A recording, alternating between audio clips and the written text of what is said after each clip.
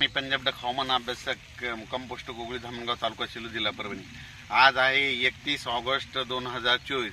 आजपासून परत एक शेतकऱ्याला सतर्क राहण्यासाठी अंदाज देत आहे। आपण काल सांगितलं होतं की राज्यामध्ये 30-31 ला देखील आजूबाजूच्या परिसरात पाऊस सुरू होणार आहे। तर आज सर्वांना एक सांगू इच्छितो, आज राज्यामध्ये मध्यरात्रीपासून पाऊस सुरू होणार आहे। सुरुवात होणार आहे इकडून नांदेडकडून होणार आहे, इकडून परभणीकडून होणार आहे, विदर्भाकडून सुरुवात होणार आहे आणि ती तसाच पाऊस पुढे सरकत जाणार आहे। म्हणून हा अंदाज लक्षात घ्यायचा।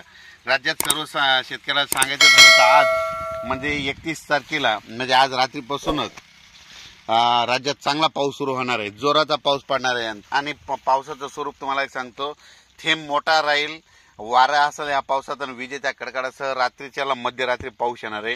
म्हणून हा अंदाज लक्षात घ्यायचा। त्याच्यानंतर राज्यात परत सांगू इच्छितो, राज्यामध्ये म्हणजे आज 31 आहे, उद्या 1 ऑगस्ट लागणार आहे। उद्या 1 ऑगस्ट 2, 3, 4 आणि 5 ऑगस्ट दरम्यान राज्यामध्ये सांगायचं झालं तर जवळपास पूर्व विदर्भ, पश्चिम विदर्भ, दक्षिण महाराष्ट्र, उत्तर महाराष्ट्र, कोकण पट्टी, खानदेश, मराठवाडा म्हणजे सगळ्या विभागामध्ये 5 दिवसामध्ये दररोज 2-2 दिवस मुक्काम करत पाऊस पडणार आहे। म्हणून हा अंदाज लक्षात घ्यायचा। राज्यात सांगायचं झालं तर आपण जिल्ह्यावाईज सांगू।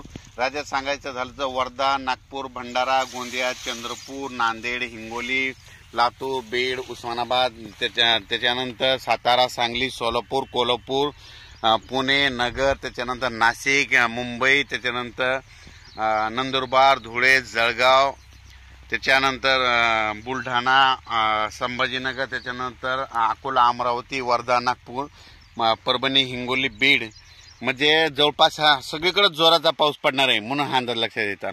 आणि सर्वांना एक आनंदाची बातमी सांगतो की आपण मागच्या अंदाज सांगितलं होतं की 1 तारखेपर्यंत म्हणजे मागच्या अंदाजात जायकवाडी धरण 79% भरण म्हणलं होतं, तर 79 झालं। आणि परत एक सर्वांना आणखीन एक अंदाज सांगतो की राज्यामध्ये ह्या 5 तारखेपर्यंत जायकवाडी 100% भरणार आहे, त्याचं पाणी सोडावं लागणार आहे। म्हणून नदीकाठच्या लोकांनी देखील सतर्क राहायला, आता तुम्ही तुमच्या पाईपलाईन असेल, मोटर असेल तर काढून ठेवा, कारण की जायकवाडी भरल्याच्या नंतर त्याचं पाणी सोडावंच लागणार आहे। म्हणून हे देखील लक्षात घ्यायचं। राज्यात परिस्थिती सांगायची झाली तर राज्यामध्ये तुम्हाला एक सांगू इच्छितो, हा पाऊस काय होणार आहे, लातूर जिल्हा, परभणी जिल्हा, त्याच्यानंतर सातारा, सांगली, सोलापूर, कोल्हापूर, नगर जिल्हा, त्याच्यानंतर जालना जिल्हा, वाशिम जिल्हा, हिंगोली जिल्हा, बुलढाणा जिल्हा, अकोला, अमरावती सगळीकडे जोरात पडणार आहे। म्हणून हा अंदाज लक्षात येतात। पण राज्यात सर्वांना सांगायचं झालं तर तुम्हाला एक सांगू इच्छितो की हा पाऊस पुन्हा नंतर नाशिककडं, उत्तर महाराष्ट्राकडे जास्त पडणार आहे। म्हणून हा अंदाज लक्षात घ्यायचा। मग उत्तर महाराष्ट्राकडे समजा उद्या 2 तारखेपासून पाऊस पडणार आहे, 2, 3, 4, 5 उत्तर महाराष्ट्राकडे पाऊस पडणार आहे, तिकडं जोरात पडणार आहे।